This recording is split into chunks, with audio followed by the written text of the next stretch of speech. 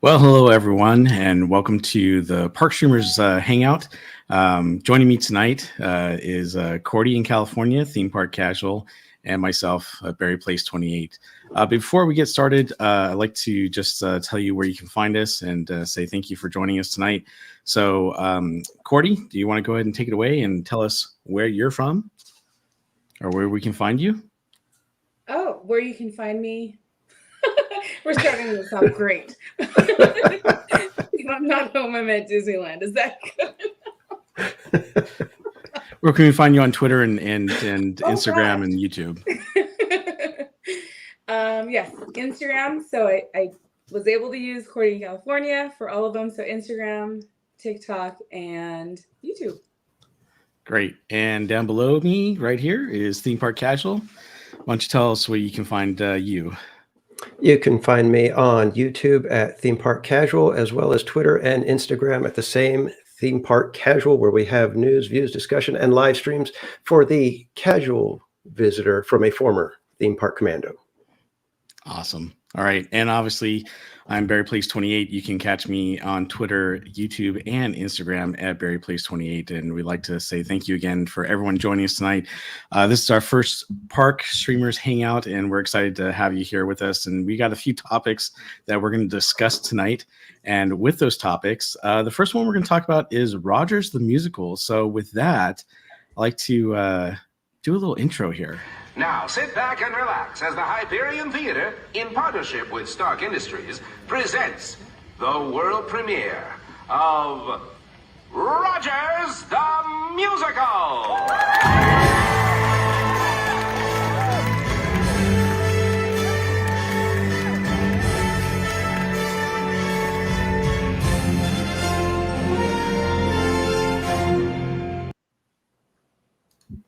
Okay, so that's a little intro. Thank you, Cordy, for providing that. And I unfortunately have not had the pleasure of actually seeing it live in person, but I have watched it on YouTube. However, Cordy and Theme Park Casual have had the pleasure of actually seeing it in person. So why don't we go ahead and take it away with you, Cordy, and tell us what you think about Rogers the Musical. Sure thing. So I wanted to just, everybody's saying hi, so I just wanted to give a quick hello to everybody in the chat. Trish, LA Most Wanted, Christina Hernandez, Christina Holmes, Jessica Jimenez, Garrett's here, Lake Kick One, Hope is here. Did I say Trish? Trish is here. Excalibur, Ichi. And they all say hello to us. And just want to thank you all for joining us tonight on Hi Bianca on our first ever I guess live stream kind of podcast. So Rogers the Musical, some of you guys have come along with Theme Park Casual and I on Friday. So we were really excited to be able to go the first day because I won't steal your thunder, but he brought up like, it's good to go the first day because they may change things, right? And you want to see kind of in its purest form. And I loved it. I thought it was very entertaining. And I think especially if you knew kind of the origin of it and to see it kind of come to life was, I was really excited about it because I did, there I go. So I'm going to call him the Arrow. I always want to call him the Arrow. But I saw it, where they were it was kind of like a joke. And then you're like, I thought it would be great if they did it. So seeing it on stage, I thought they did a great job.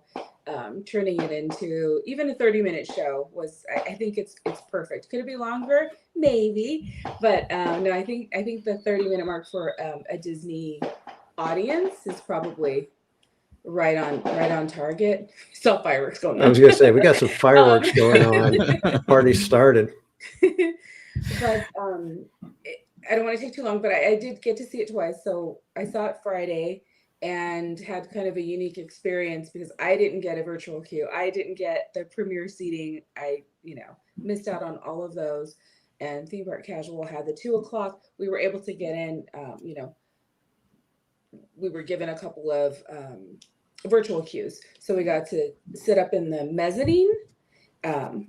That's where we were when we got there. But I thought it was a great view from up there as well. I didn't think it really, you kind of got the whole like lay of the land and see everything on stage. And then we went yesterday. I did get a virtual queue for the 2 p.m. show. And it felt like it was a little more organized, but it was still, as expected, was a little bit chaotic, just kind of figuring out where you needed to be because every day there's new people. So they're like, I don't know where to go. And I think a lot of tourists right now in the summer. So, I mean, there's more information we can share with you as far as like what I saw, where the standby was, because Jar Jar Bougie had joined me, but I didn't see him. I was just messaging him, hey, there's a standby line over here. So I was watching them move the sign from, Hollywood Boulevard over to here. And I'm like, now they're going in. So they kind of swept in the standby first, which I thought was interesting. So they moved them into a certain area. And then just like any virtual queue, you get the alert and it tells you, you get your barcode pops up. So they don't want you to return to the actual theater until that pops up. So we all just kind of waited across the street. And it's kind of first come, first serve. You go in and they bring you into, if you remember before, we used to just kind of go in that way. They have like the orchestra mezzanine balcony sections. So they moved us into the orchestra. So that's what I mean. Once that fills up, whoever comes after that is going to go into the mezzanine and so on. And I think I was in the 5th row. So I was happy with where I was. That was pretty good for virtual queue, I thought. And I know that Jar Jar, he did standby and he actually got front row mezzanine. Wow. So not bad either, right. For showing up at the last minute. But I would recommend to anyone to go see it. And I know we're going to talk about the premiere seating, but don't know how I feel about that. The first day I kind of wanted it, but I don't know at this point if I would want to do that, right? I would just take my chances with the virtual queue. But I can go back anytime. Maybe someone visiting from out of town may want to take advantage of that feature. So, Right. What'd you think, Theme Park Casual? Well, I actually really enjoyed the show. It is a quality show. It's not something that they threw together. I was afraid that it was going to be they were going to take the joke way too far, but they did a good job of keeping it to where it felt true to the characters, but still a little bit of the winking at the audience kind of thing. So I felt like for me, it was going to be either a really, really good show or absolute trash fire that was not worth seeing ever again. But it actually landed somewhere in the middle for me. I wouldn't put it on par with the Aladdin show that used to be in the Hyperion, because that was literally Broadway quality. That thing was an amazing show. This one, it feels a little bit stripped down as far as set pieces and costuming and things like that. So there's that aspect that I was kind of like, well, okay, I see what they were going for, but at the same time, you feel kind of like, okay, that kind of cheapens it a little bit. So as far as comparing it to the previous shows, it doesn't quite measure up, but it is a fun show. I would say if you're at all an Avengers fan or a Captain America fan, you definitely got to go see it. And I think I rated it at a 6 out of 10. But if you're an Avengers fan or a Cap fan, you're probably going to put it like at an 8. It's pretty fun. So I think the show itself, like I said, is a quality show, but there is that whole aspect of, instead of being a true theater experience where you have assigned seating and you can arrive, at your leisure, know where your seat is, the stress of having to be herded in or arrive an hour, 45 minutes ahead of time, try to figure out what's going on, potential cast members not knowing exactly where people are supposed to be going. I mean, there were people when we went on Friday, it was like, stay to your left if you're standby, come to the right if you're doing that. And it was like, so there's just a lot of, things to figure out, a lot of logistics that can get, people kind of start pushing people's buttons and making it a less than pleasant experience. But it wasn't anywhere near as bad as it could have been. It could have been literally chaos, but it was just, a mild, I think the excitement of the day was more of what was happening. It was like there were so many people that really wanted to see it. Cast members were, I think the cast members were doing actually a very good job, because in front of the theater, it was just nuts. Everybody taking pictures, people dressed up, people doing the bounding for, the girls in the 40s or whatever. Guys, tons of guys in the Captain America shirts. And then they were already selling the Rogers the Musical t-shirts. And I saw dozens of people already wearing them. So they've really done a good job with the hype around this show, which is amazing, because the whole thing came from like 45 seconds in the Hawkeye series. And it was basically a joke in the series. And they turned it into a gigantic musical like this. They fleshed it out completely. So it's impressive. It's impressive. And I would definitely recommend seeing it at least once. They did. Before I go into my little section, I was there, on Friday to see the crowds. I didn't get a chance to go in. Cordy and Theme Park Casual actually in the building while I was on the outside. And I will tell you, it was definitely a madhouse. But like you said, Theme Park Casual, kudos to the cast members for doing such a great job, because they really did try their best to, get people where they needed to go. There were just so many people that were unsure of where to go or what to do.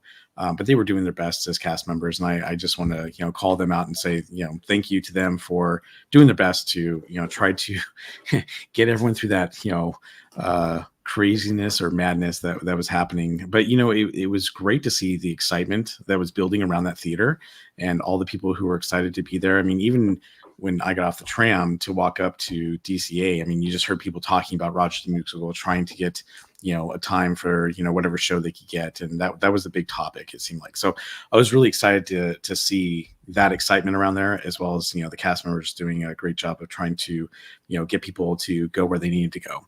Obviously, it was worse once people came out of the theater, because it was, really, really crazy and busy and packed, but they were doing a great job.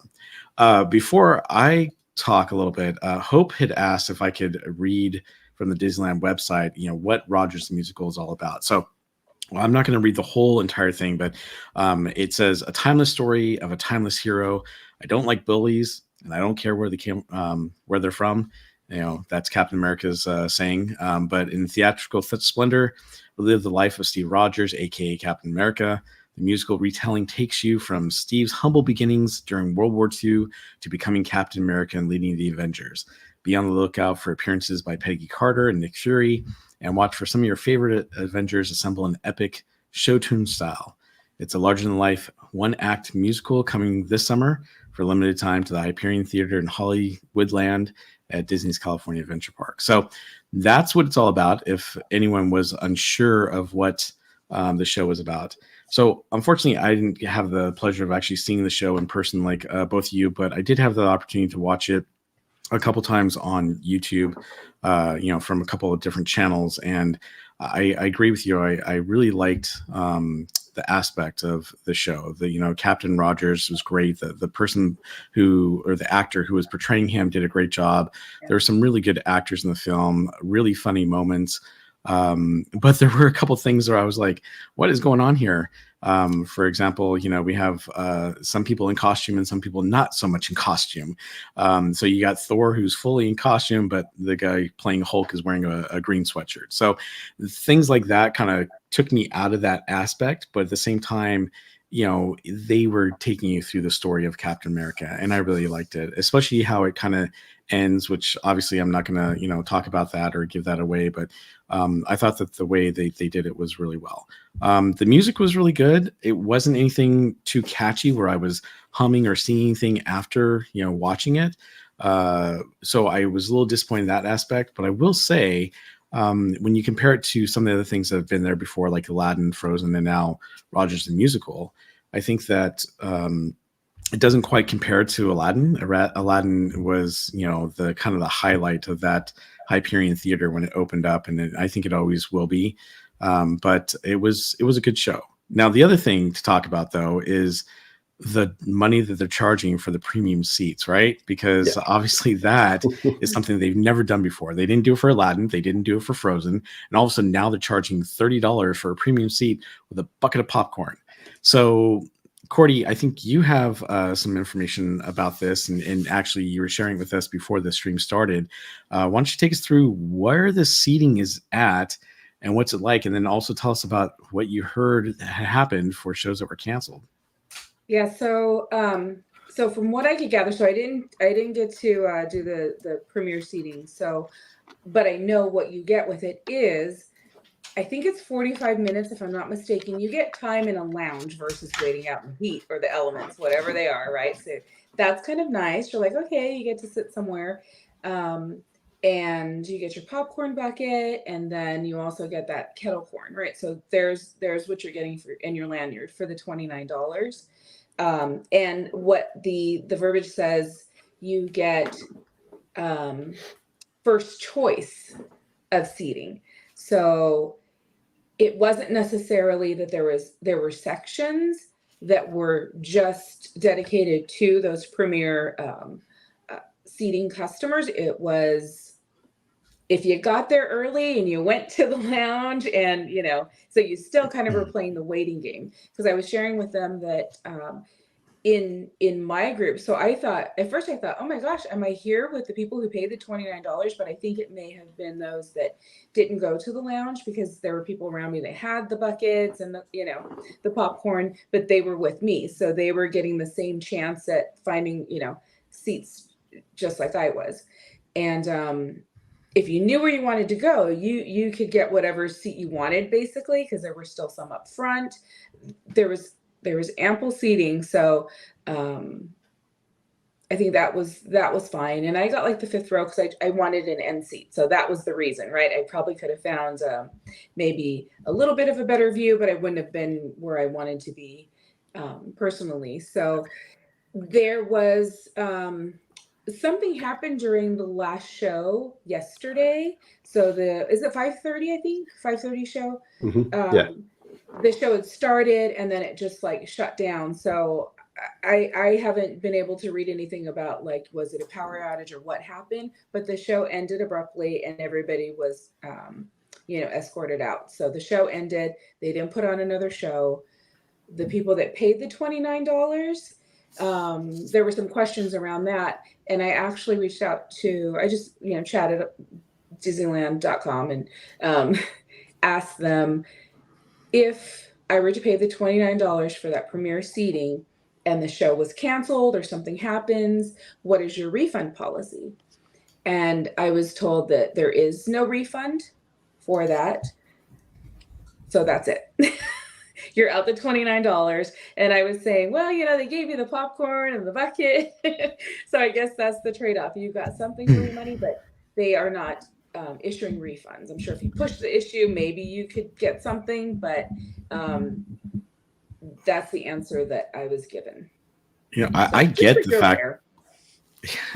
I get the fact that there's going to be cancellations, but if you're going to have a cancellation and you're not going to get a refund, you're stuck with a $30 bucket. That's a big hefty. Oh man, that's a lot to take in. To spend $30 and all you got was a popcorn bucket. Not that you don't get good popcorn buckets. Trust me. I mean, a lot of people spend popcorn buckets on the season pass holder, buckets for popcorn, but that just seems like an awful lot.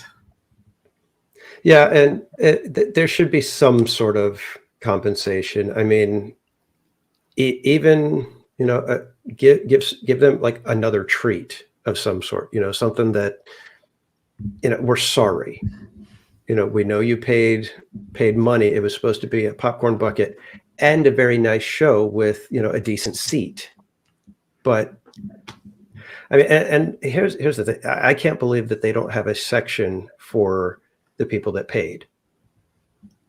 That seems just odd to me. It seems wrong. It's like, if I paid, I want to be able to know that I've got a guaranteed seat in the orchestra, center section, to be able to walk in, so that I don't have, part of why I'm paying that money is so I don't have to sit there and wait an hour plus to secure a good seat. And if you're telling me that I paid $30 and, oh, by the way, you better get here an hour early if you really want to get, the perfect seat that you really want.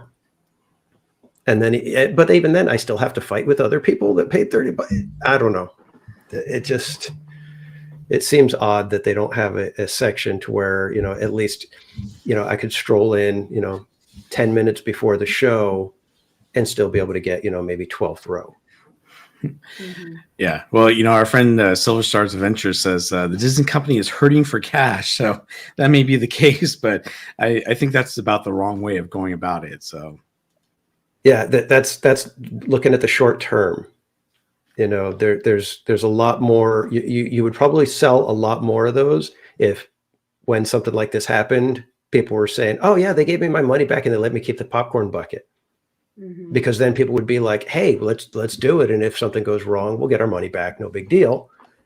Whereas this way now, I would think there's going to be a lot of people that are like, well, I don't know if we should spend the money. Mm-hmm. Especially, like I said, if you're showing up and you were in the same spot as the people that paid $30 and you were able to get just as good a seat as them, I really don't know what you're paying for at that point. Right. I think it's just, then it comes down to the bragging rights of your, right? You have your, well, yeah. I mean, the first day that was how you knew who the cool people were. They were the ones walking around with the lanyard and, the big Rogers thing on around their neck. And you're just like, oh, wow, you got the lanyard. They were all waiting like at 7 a.m. or before, some people, to be the first one to scan into the park and then run over there and then get in a line and hope that you're one of the 400 that gets. Yeah, right. That is so crazy. Yeah. That is really crazy. All right. Well, I think that takes us to our next little topic, and that happens to be the Oogie Boogie Bash. So let's talk about those tickets, because this has been quite a controversial thing over the last week, especially with a lot of people who weren't able to get tickets when the tickets did open. So for those that actually did try to get tickets for Oogie Boogie Bash during the Magic Key holder sale, a lot of people did get it. Obviously, it did eventually close, and some people didn't get it. But when it went on sale last week for the general public, all of a sudden, a lot of people started seeing this on their screen, and it said, Oogie Boogie Bash, the queue has closed. We apologize for the technical issues which have impacted general ticket sales for Oogie Boogie Bash. New sales are paused while we work to address these issues. Guests can visit Disneyland.com, /Oogie Boogie Bash on Thursday, July 6th, which is tomorrow at 9 a.m. Pacific time, for an update, which may include the date and time when new sales will resume. We commit to providing advance notice prior to activating new sales and strive to make the process as smooth as possible. We're sorry for any inconvenience this has caused. And then obviously mentioned below that is the fact that anyone who's purchased tickets, they are good to go. So that's what happened last week. And I think it was a little startling to see that, because it didn't happen like later in the afternoon. This happened right in the morning when people were trying to buy tickets. So with that, why don't we start with Theme Park Casual? What's your take on this? You really want my take? I do. No, this is a issue that has plagued Disney for I don't know how long when it comes to their IT, ticket sales, all of that. I don't know if it's, I'm not going to put it on the cast members that are the IT cast members. I'm willing to bet that this is simply ancient infrastructure that the IT personnel are just doing their best with and trying to figure out how they can make it work. I think Disney probably hasn't invested in their ticket sales, whatever system they're using. I don't think they've invested in anything in probably 15, 20 years. And it's straining under the pressure. And this is pathetic because every single time they have something like this, whether it's, a big demand for tickets online or whatever, it always ends up into some sort of weird technical issue, a fiasco. You've got people that lose out on getting their tickets or just end up having to wait another week, or it's just always up in the air with them. And I don't understand why they have not been able to address this issue. Cordy, what's your take on this? Well, I was the optimist. I don't know.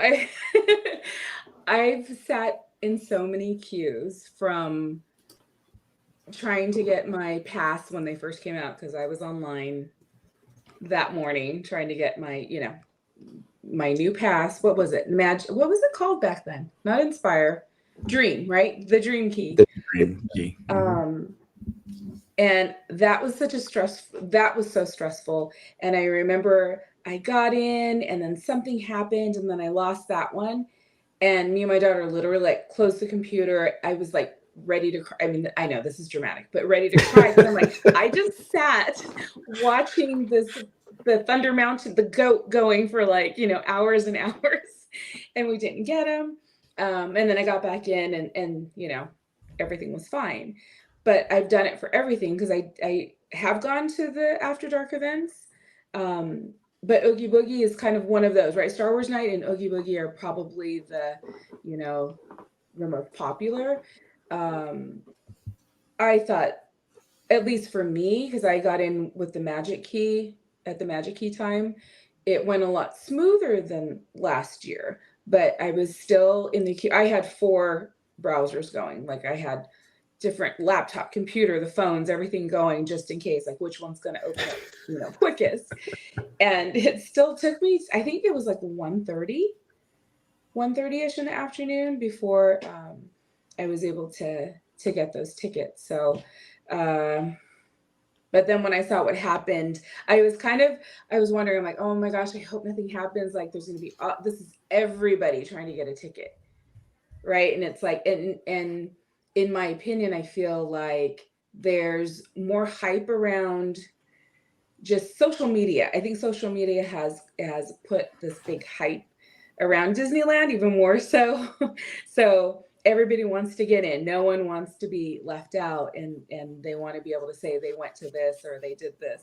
So I think that just, on top of everything else, like you said, I believe the infrastructure, there's something needs to be fixed there, because it is every single time these tickets go on sale, we have one issue or another. Yeah, I think it just couldn't handle it. It just couldn't handle how many people wanted to get in there, and that were waiting, sitting in there until it opened, before it even said you could, go into the queue. So, I think it's really sad, because I know that people mentioned, there were people who took off work so that they could be in this queue. They might not have the luxury of, having a job where they can let me just have this up while I'm doing this over here. Right. Mm-hmm. So, right. And I don't know. I hope that they're listening to us, and, But then again, if we just keep feeding into it, right? If we keep buying these premier seating, if we keep buying these tickets, why would you? What's the rush? You're still going to get all the people coming anyway. So.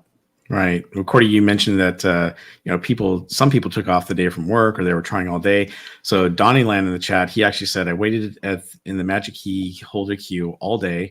Then when it was my turn, it said sold out. So then he waited 2 days later for the general public tickets to go on sale. He waited in the queue and then got the error page, and he was like, "Ugh." So and I feel for him. I didn't take advantage when I tried to get the tickets. I actually I waited a little bit in the morning before I actually tried to do it. So I clicked on my computer, but then I totally forgot I was doing a live stream that night. So then I did it on my phone. By the time I got to the park, I was very close to getting to the end of the queue. And then, of course, during my live stream, I noticed that it was sold out and there were no more tickets. So, and then Rogue Attraction, he says Disney did what they wanted too well. They have been wanting less people paying more in the park. And that I can see that too. I mean, one of the things that was a big topic for me, especially when I was thinking about buying these tickets, was the fact that the price point. They were starting at $134 and going up to $189 per night.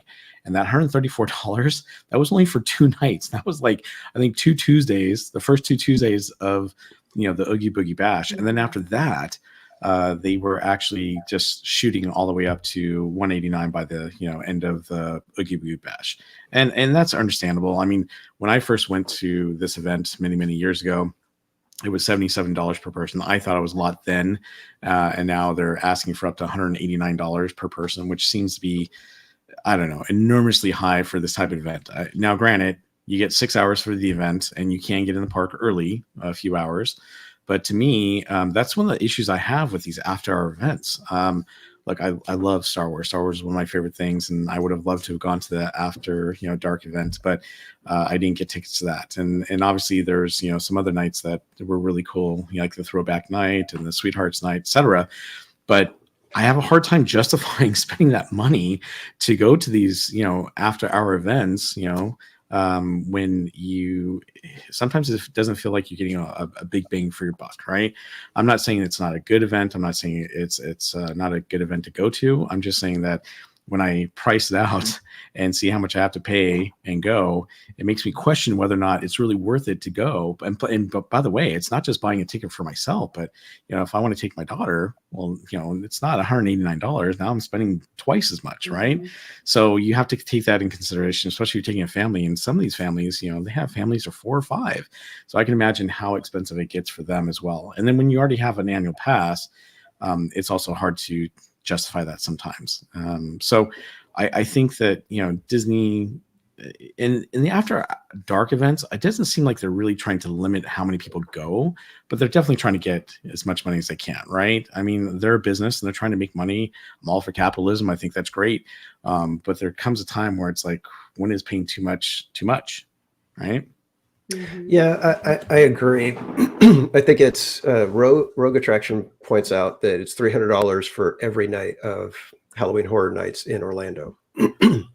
I don't know if they have that pass here. I'm not hip on the Universal thing, but not Scary Farm at Knott's Berry Farm. They have an all-season pass, and I believe it's $149. $159, and that gets you every night of Knott's Scary Farm.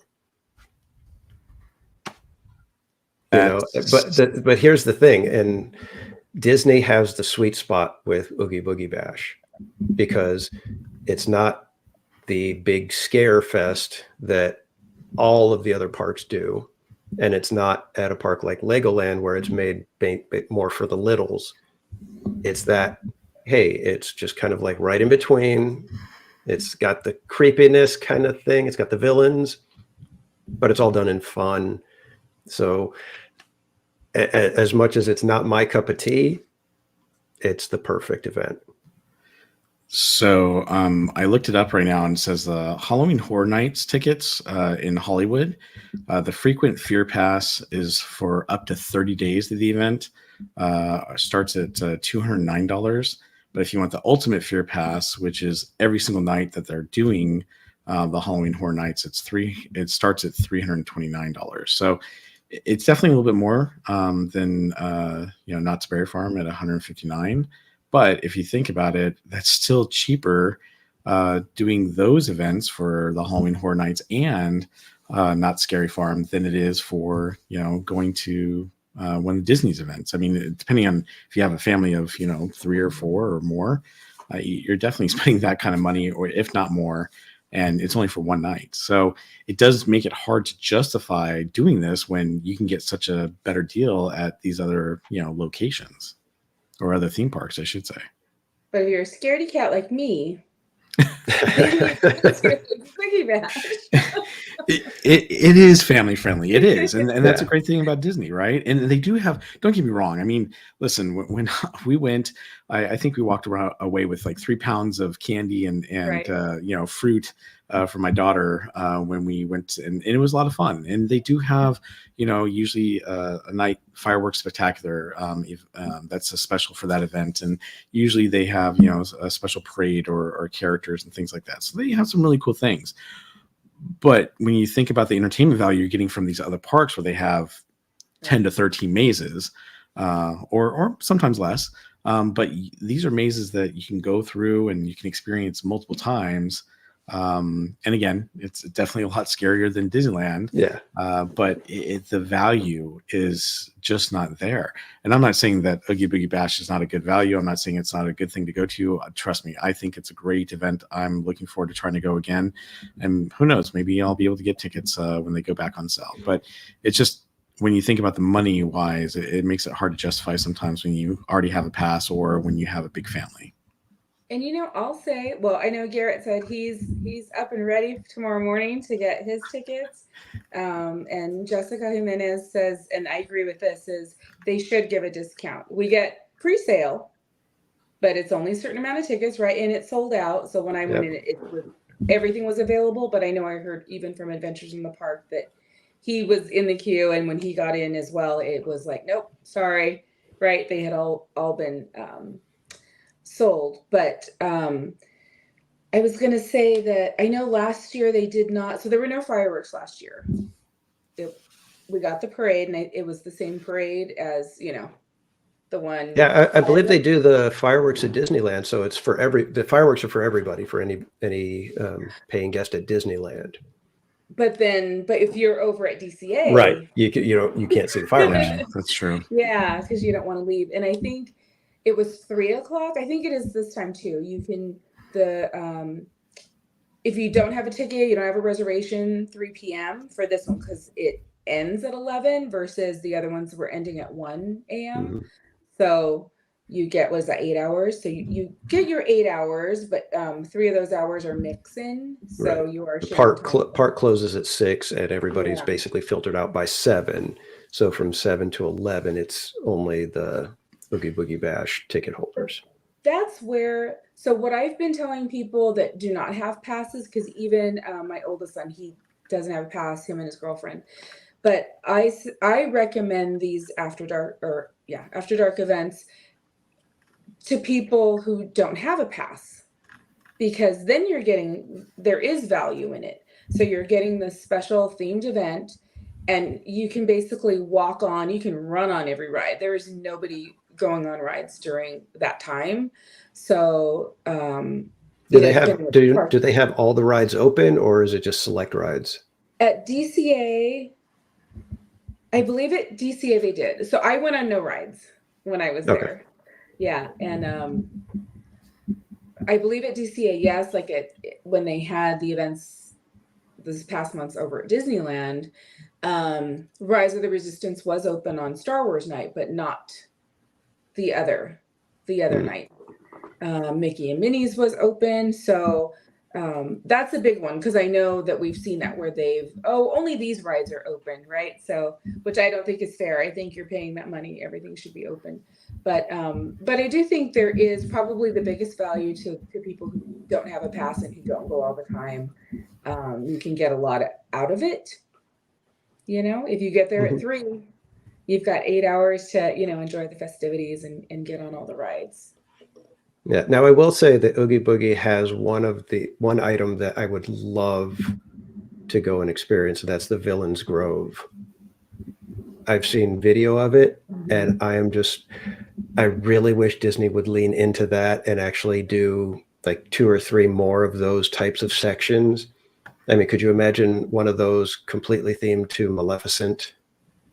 you know, and just the way they did the mood, and the people were coming out of it. The one streamer I was watching, she was like, you almost felt like crying because of how emotional it was walking through it. Everything, it was so moody, and then you get to the forest, and with the raindrops and the light and everything, it just was such a amazing experience. And I was just like, even on video, it was impressive.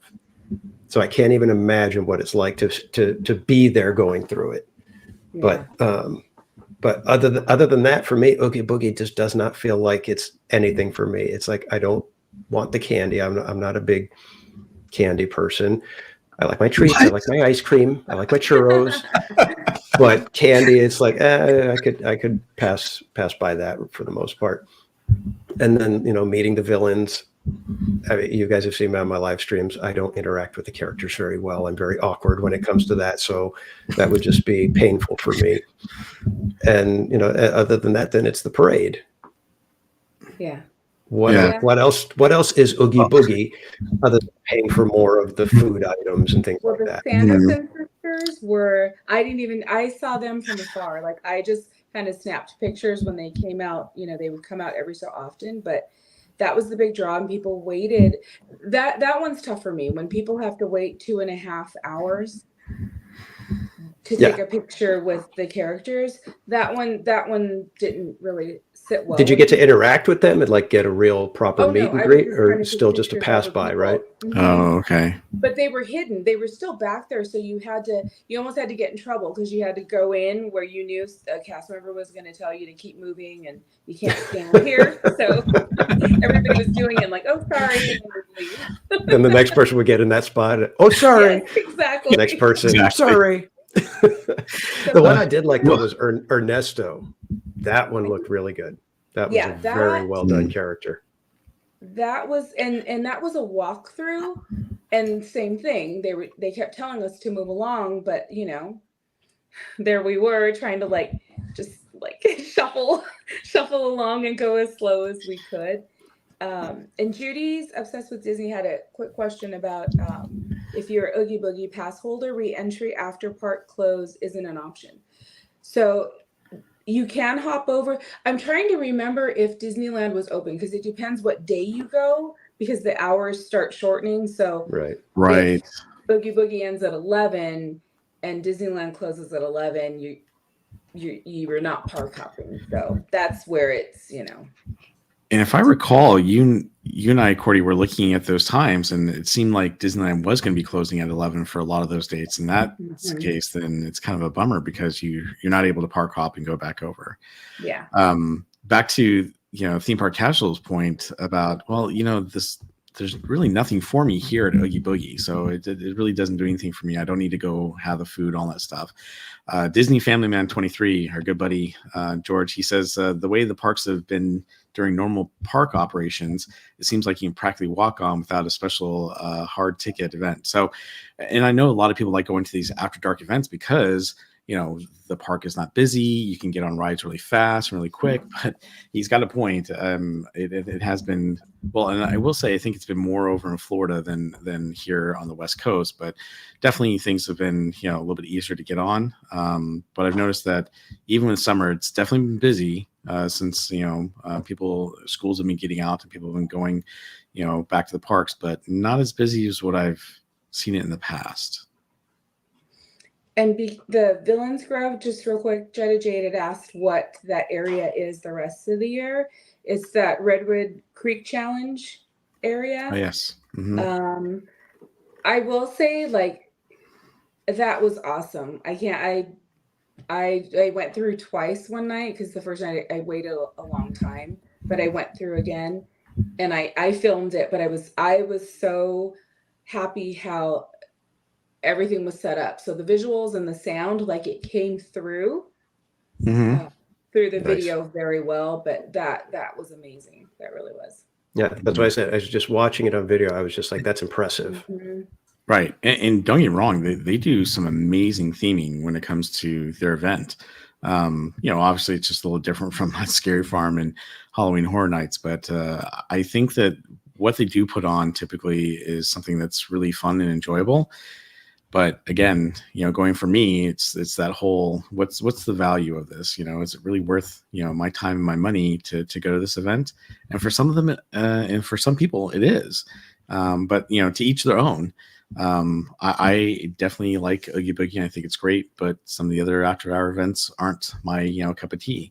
But regarding Oogie Boogie, obviously they're going to be notifying us tomorrow on when the tickets are going back on sale and what they're going to be doing. So everyone that's going to be trying to get tickets, who's in our chat today, obviously we wish you the best of luck in getting those tickets. So good luck. Yeah. But tomorrow we find out when you can get tickets. Tomorrow we find out when. You don't have to wake up early or anything, because it's just going to be an announcement. So exactly.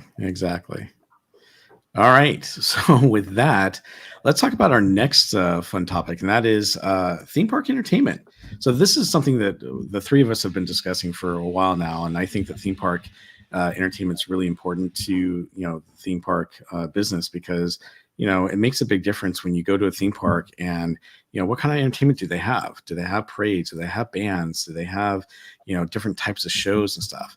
And something that Theme Park Casual has really put a point on is the entertainment that's really not there at Disneyland, but it is at the park. So Theme Park Casual, you want to start us off with that? Sure. So Disneyland has phenomenal nighttime spectaculars. You cannot beat Disneyland. Fantasmic, for me, is the ultimate nighttime show. I would almost say that Fantasmic is worth the price of admission. That's how much I think that show is top tier, upper echelon, zenith of nighttime spectaculars for theme parks. However, you cannot see Fantasmic right now. No, you can't. Dragon No Fantasmic. burst into flame, and no more Fantasmic. Oh, jeez. So, what does Disney do? Nothing.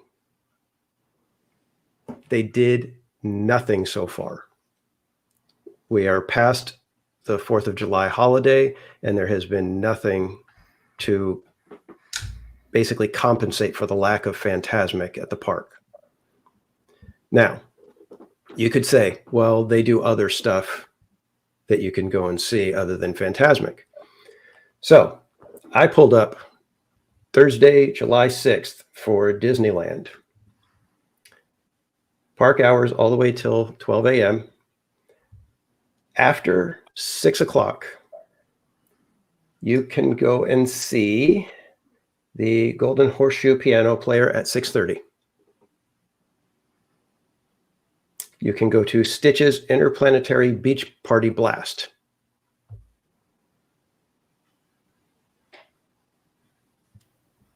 And you can see the Encanto projections on It's a Small World every half hour starting at 9 o'clock. That's your entertainment options other than the fireworks show at Disneyland during the summer. The world's greatest theme park. Now, let's contrast that a bit. If you head over to Knott's Berry Farm, same Thursday, July 6th, after 6 o'clock, you can see the Ghost Town Miners at the Fireman's Barbecue, 6:45 and 8 p.m. You can see Crazy Kirk and the Hillbillies, 6, 7:30, and 9:30 p.m. You can see Ride the Tide at Boardwalk Barbecue at 7 and 8 p.m. You can go over to the Fiesta Plaza stage at 6:45 and 8 p.m. and see Adelaide Tropical. You can go hang out in Fiesta Village and see Calle Celebracion at 6:30, 7:45, and 9 p.m. Or you could go to the Calico Mine stage and see the headliner of Mike Dangerously and the Royal We at 7, 8:15, and 9:30. If that's not enough, you could go to Calico Park and see Holy Crow at 7:30 and 8:45. Or you could go hang out with the DJ at 7:30 and 8:45 over at Charleston Circle. Yeah, woo, woo. Exactly. That is a drastic difference in entertainment options. And granted, like I said, Disneyland does the big spectaculars. You're not going to beat them. but you can't go and hear a jazz band in New Orleans Square. There is no one playing music. Let me go and check California Adventure, because let's do that and give them the benefit of the doubt that maybe California Adventure has a little bit more for us. Well, while you're checking that out, so one of our mods, great guy, CM Manny, says, I disagree, Danny. They're working on it and trying to get it back next month. And that's for Phantasmic. And I know they're definitely trying to work on it. And hopefully Murphy will be back in all of his glory. And that'll be great to see. I think the main thing we're trying to talk about tonight, though, Manny, is the fact that there's a lack of entertainment because Phantasmic's not here. There's a lot of right. And I'm not doubting that they're working on Phantasmic. I'm sure they're freaking out trying to get that thing back up and running because they were selling the premium seats and now they can't sell those. I mean, how many thousands of dollars are they missing out on every single night when that's not running? There was 2 shows that they were making thousands and thousands of dollars on. So I don't doubt that they're working hard to get it back up and running. But the fact is they did not compensate in any way. Not even getting, like I said, not even just a few small acts. I mean, they could put a jazz band on the end of the island or on a raft floating by like they used to. They could put Tiana and a jazz band on the Mark Twain while it's running at night. And how cool would that be? But they're not doing anything like that. And they still charge like as if they're putting on a Phantasmic. Sorry, I commend them for trying to get it up and running. And I know it was a complete, freak accident. You're charging top prices to get in, and it's not, to me. If you go back to the days, I mean, there used to be jazz bands playing in French Market every night. Before Phantasmic, you'd have the jazz band coming out on the raft. There was music in Tomorrowland. They used to have Videopolis. I mean, there was plenty of things going. They used to have the piano player on Coke Corner. They had the Plaza Gardens with the swing dancing on Friday and Saturday nights. I'm sorry, I get it. I'm not trying to just sit here and bash Disneyland, but when you've got Knott's doing that kind of entertainment and Disneyland gives you 3 options other than fireworks, there's a disconnect happening that I don't understand it. And it's the kind of thing where you look at it and you go, come on, Disneyland is supposed to be the premier entertainment company.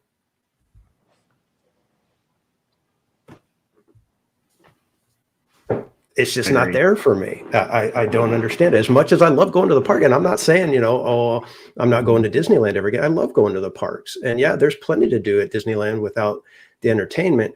But the entertainment is that extra layer, that extra level that kicks a park up. I mean, Knott's Berry Farm, when I did my live stream over there, holy mackerel, it felt like you were at a New Year's Eve party practically, because you were going from stage to stage to stage, listening to music. And it was just like everywhere you turned, it was a party atmosphere. I don't have that same feeling at Disneyland, even though I love it and it's enjoyable. I don't feel like I'm having a party every night. And for me, Disneyland should kind of feel a little bit like that. Cordy, what's your take on it? Well, I haven't spent much time at Knott's Berry Farm, but I've watched the live streams that you guys have done.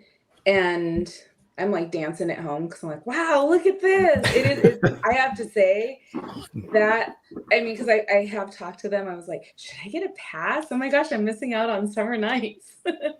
But yeah, that because I think that would go a long way. And I understand because they've got a lot of performers going throughout the day, right? During the day, they've got all of the characters and there's, performances going on. And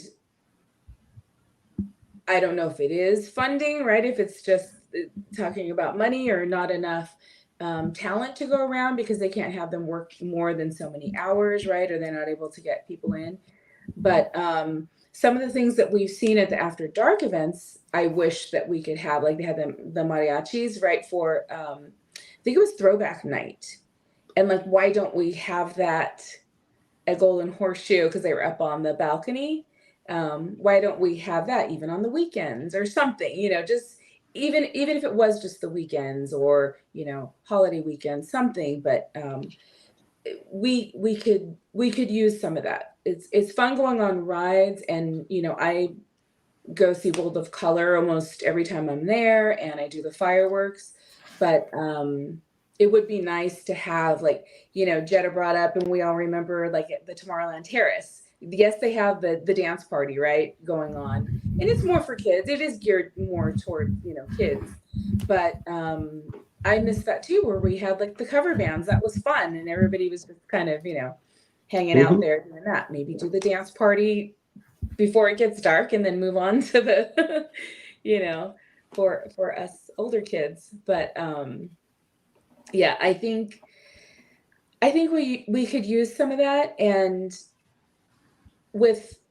because what, also, like, as I was waiting for the fireworks to start last night, so it's 4th of July, I understand, right? Everybody's gonna want to watch the fireworks for 4th of July, and I don't normally like sit and wait for them, but I was walking around, I'm like, you know what, oh, here's a good spot. I think I want to be in front of the castle.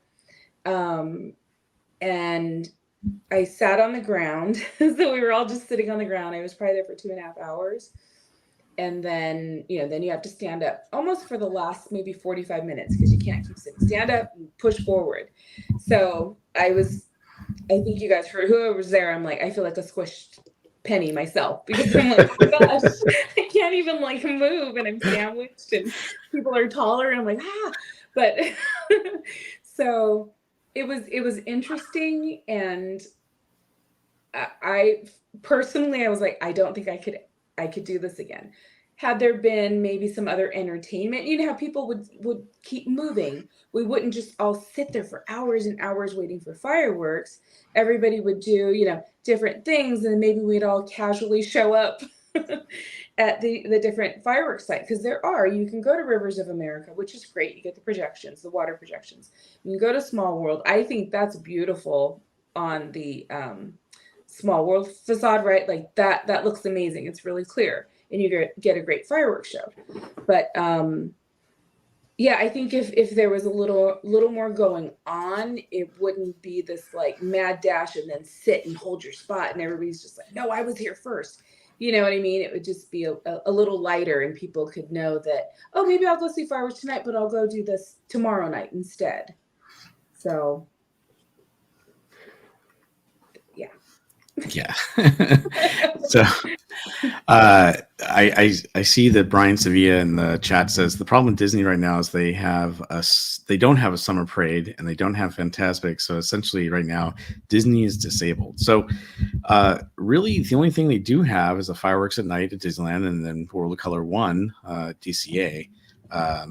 That's all they really have. And so it's kind of disappointing. Theme Park Casual and I were at SeaWorld on Saturday, and when we were there, they actually had they had a nighttime parade.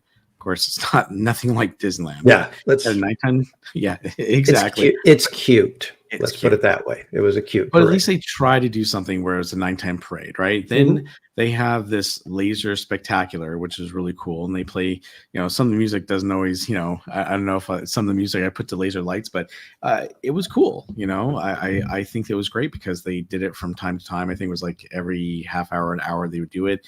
And then they had the fireworks spectacular. Obviously their fireworks are nothing compared to Disneyland, but it was fun to be there and to see it. Plus the park is lit up. They have lights all over the place, and it looks nice. But they seem to try to do a little bit more. Knott's obviously is amazing.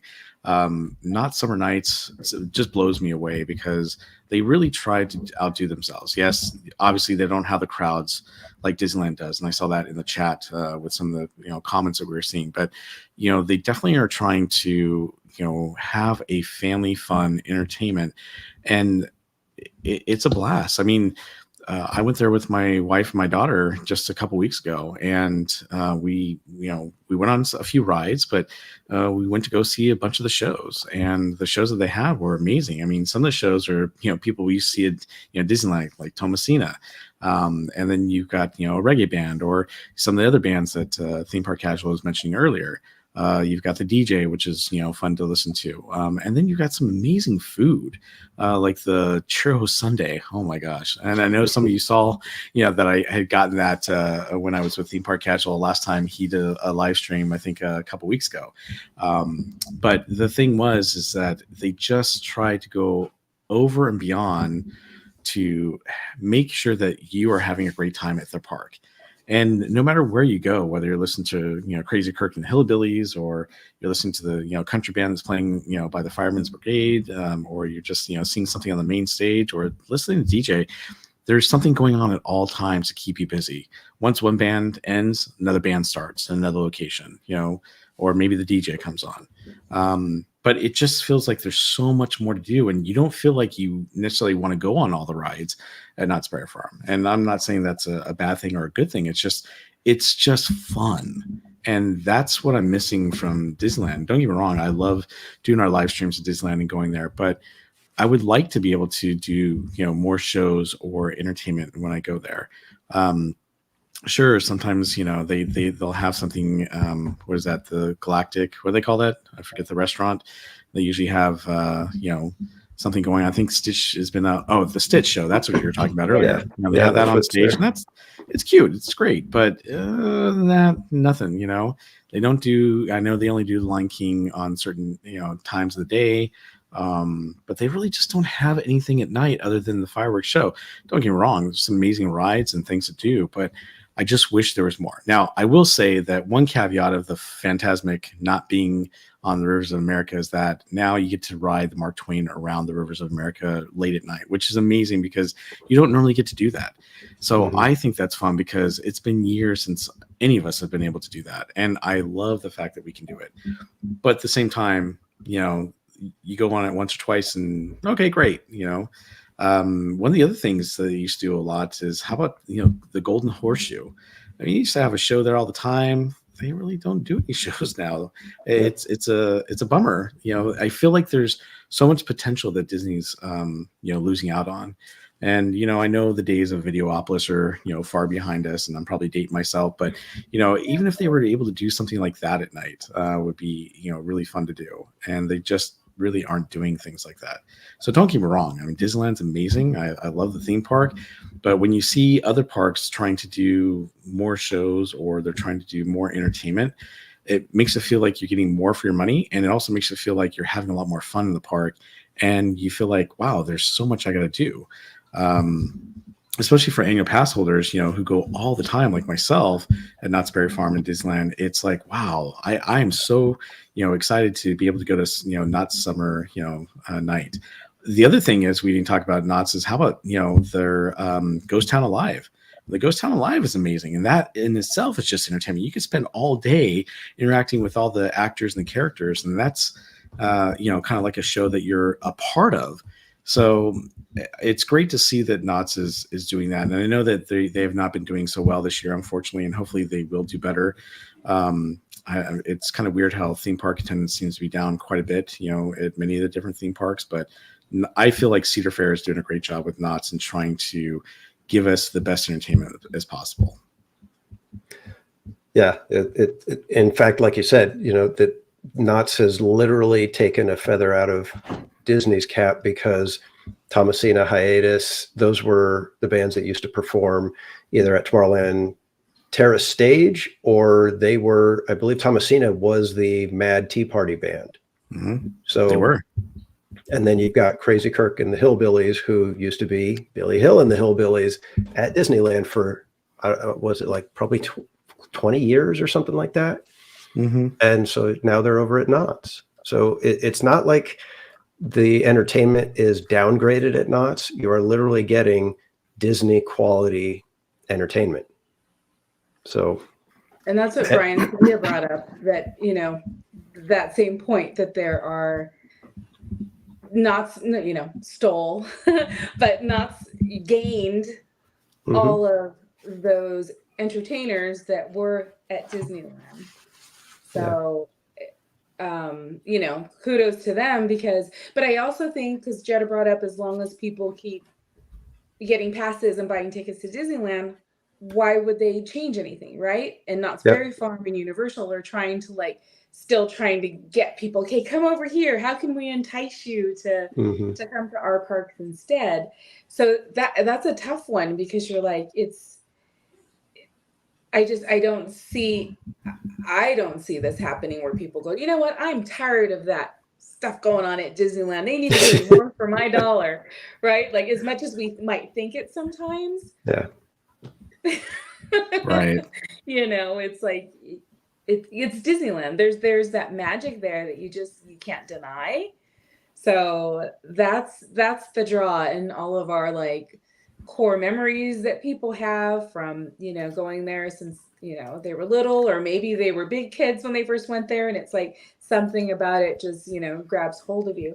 And not to say it knock any of the other parks, but there's just something about Disneyland that, you know, has our hearts. That's why we're in the parks, and, you know, you guys join us in the parks. It's like we go there, you know, day after day, but I do wish that they would push beyond that, and maybe give us something without us asking. Right. And like I said, for me, it's the fact that Fantasmic went down the way it did, and they didn't react in any way to replace it or to compensate for it. That's, I think, what's bugging me more than anything, is the fact that you've lost a massive show. One that, like I said, I feel it's worth the price of admission. I'm not knocking, you know, that, but they didn't do anything to respond. I wish they would have just brought it back with the, you know, like they would do sometimes. The dragon was a projection. Like, I would have been fine with that. Like, why couldn't we do that once they fix the stage, right? Right. I was going to say, we don't know everything of what was going on with it and whatnot, but yeah, I agree. It's like something. But like I said, the fact that they didn't do anything is what bugs me. You know, if they would have put, you know, said, you know what, we're going to get a band and we're going to put them on the end of the island. We'll let them play a couple times a night just to pull people, spread people around the park a little bit, you know, draw a crowd into Frontierland, you know, during the fireworks, you know, have the band lead right into the fire, something, you know, I would have been like, okay, I see they're trying, you know, I would at least give them the benefit of the doubt that way, but they didn't do anything. And that's disappointing, because like I said, they should have done something. I'm not saying, you know, oh, quickly, you know, pull electrical parade out of storage and put that back in, because that's, you know, that pulls in a whole different logistics that goes on at night. And, you know, I get that something like that can't be thrown together in just a couple of weeks, you know, but you could get some bands, you could get some entertainment. I mean, how many times on my live stream do I say, why don't they do a dessert cruise for the fireworks on Mark Twain? You could charge $200 a person and be able to just serve some, you know, little cheesecakes and desserts on the Mark Twain and just park it around the way and have the fireworks going off right above everybody. I would probably pay $200. That's how crazy that seems to me. But, you know, they're not making those kind of adjustments. Yeah. You know, Bianca in the chat said they're sitting pretty, just holding on to the fact that they're Disneyland and people will always go no matter what, which could just possibly be the case, right?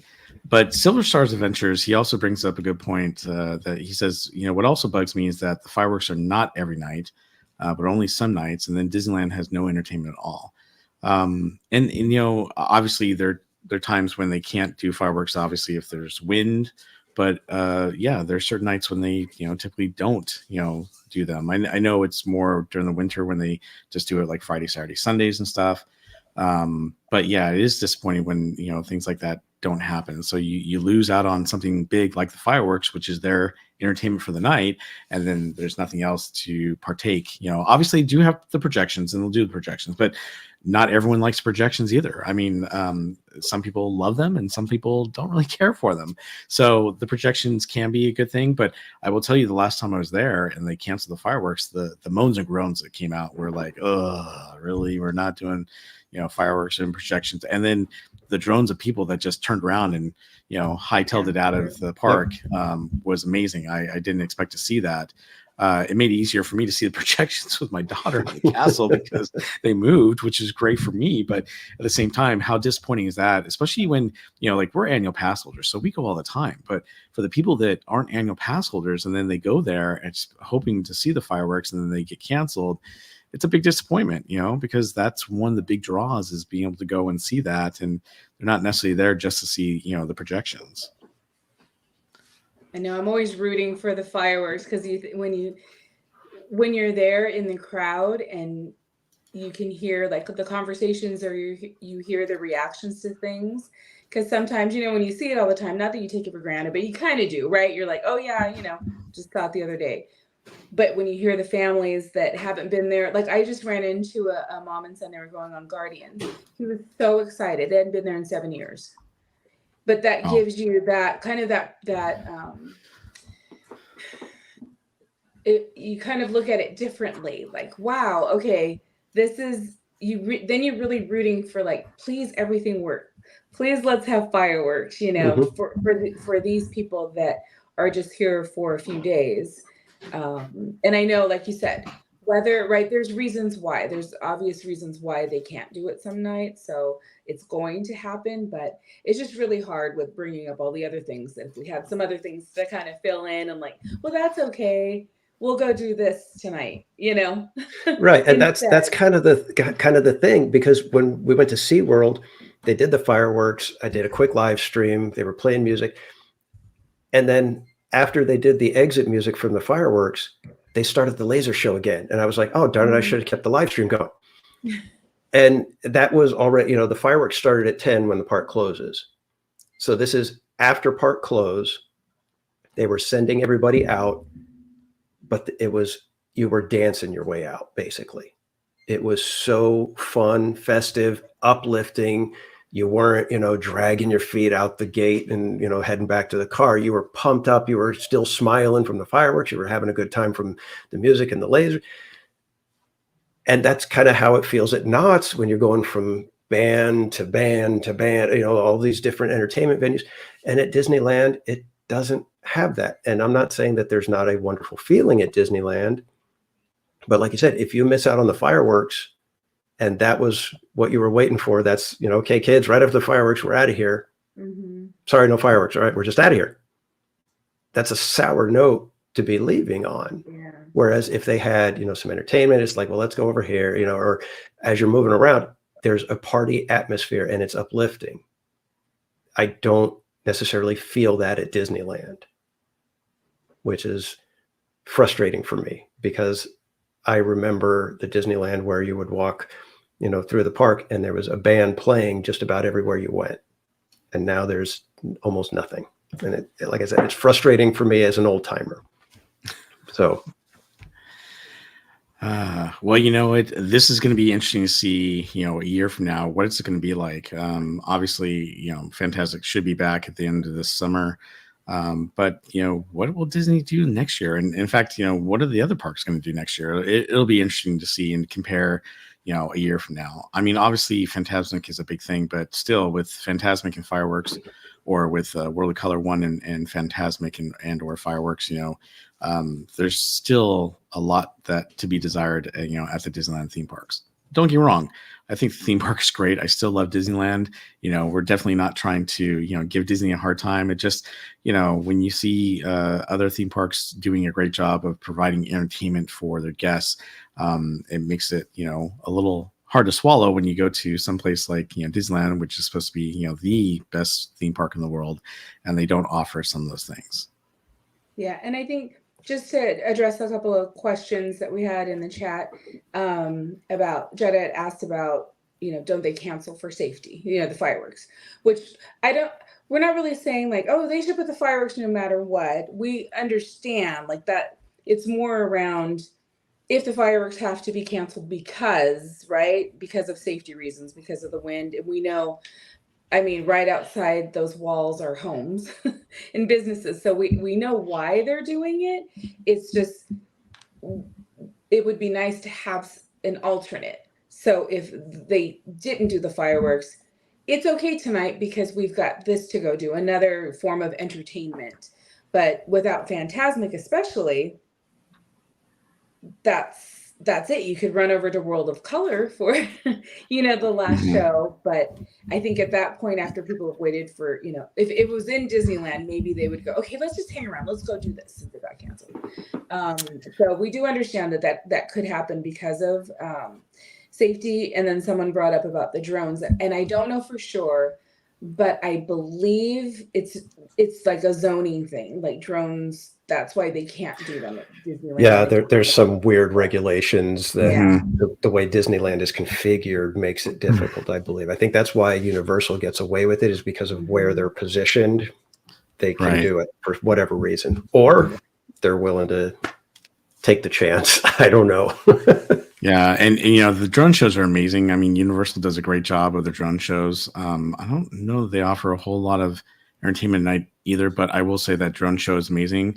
I did recently come back from Disneyland Paris back in April, and they have 2 drone shows. They've got one over at the Walt Disney Studios with the Avengers campus. That one's amazing. Just blows me away at how they do that. And then they have another one called Disney Delight that happens right before the fireworks show at Disneyland Paris, and those are amazing. But again, those are kind of out. Disneyland Paris is kind of out in the countryside a little bit, not necessarily in Paris. So they're able to do that and get away with it. And I understand that. Same with, Universal.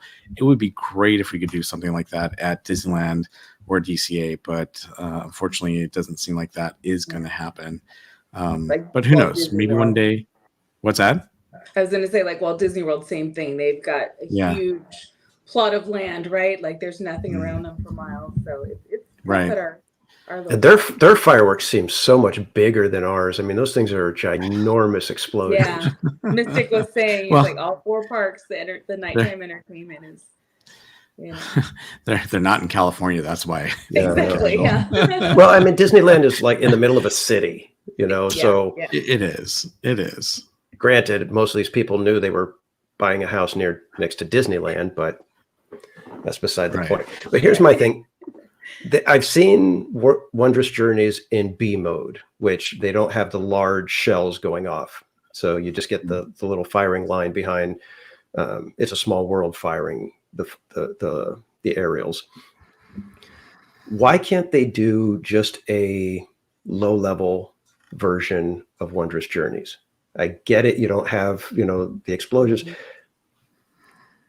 I'm nearly 50 years old, and I would still be okay with, some explosions going off of the castle, just the little low level stuff. I would be good with that. I can imagine that most 10 years old and under would probably be just fine with it as well. Why can't we get a C mode show? Yeah. Good question. Because Good when question. they've canceled fireworks, they still do Phantasmic fireworks. All the Mhm. pyro goes off in Phantasmic, but yet the entire show gets nixed for Wondrous Journeys.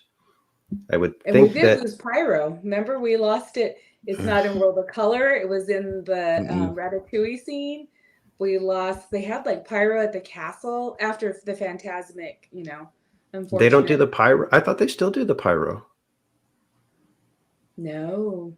They ended all like pyrotechnics. All the fire blasts? Gone. I mean, not Really? pyrotechnics. All the fire's gone. Yeah, the fire cannons. Oh, I didn't notice that. Yeah, that's kind of a bummer. I will say, if there's one thing I wish they'd bring back, and most people would probably agree with me, is the Paint the Night Parade. That would be great if they could bring that back. That would be a great nighttime entertainment spectacular to bring back.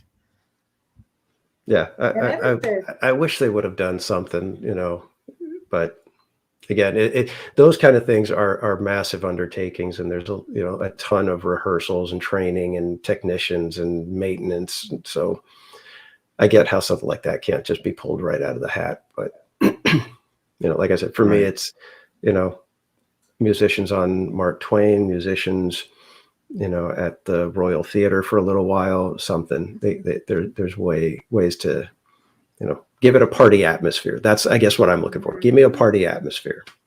Mm-hmm. And that's what we're getting at some of the parks, and that's why we're talking about this topic. So, Yep. All right. Well, with that, I think we've had a great night and a great stream. And before we go, just want to obviously thank everyone for joining us tonight. But before we do go, Theme Park Casual, do you want to tell us where we can find you again? You can find me on YouTube, Twitter, and Instagram at Theme Park Casual, where I'm doing live streams and posting all kinds of rants and raves and food pics and you name it. I'm on it if it's got a theme park in it. Awesome. All right. Thanks. And Cordy, where can we find you? Cordy in California. I'm on Instagram, TikTok, and YouTube. All right. Great. And same thing, right? Everything food. We love the foods. We will partake in the. Yeah. Right. And obviously, I'm Barry Place 28. You can find me on YouTube, Instagram, and Twitter at Barry Place 28. And before we go, just want to say thank you, a special thank you to all of our mods out there who support not just me, but Cordy and Theme Park Casual. We have a lot of you that obviously are mods for all three of our channels. And then those who are not mods for all of us, thank you so much for everything you do for our channel. Really appreciate it. Much love to all the mods out there. And more than anything, just want to say thank you so much for everyone joining us. We hope this is going to be a regular thing, and we're going to be able to do this live stream more often from time to time for the Park Streamers Hangout. But I would just want to say thank you again for joining us tonight and for giving us your time. And we hope to see you on our streams again real soon. Good night, everyone. Jetta said in we a need song? a song, Barry. We need a song. Well, I don't have a song, but we will create a song, all right, of some sort. and I do have a little outro video to give us. So with that, everyone have a great night, and we'll see you again Thank real you, soon. everyone. See you, kids. Bye.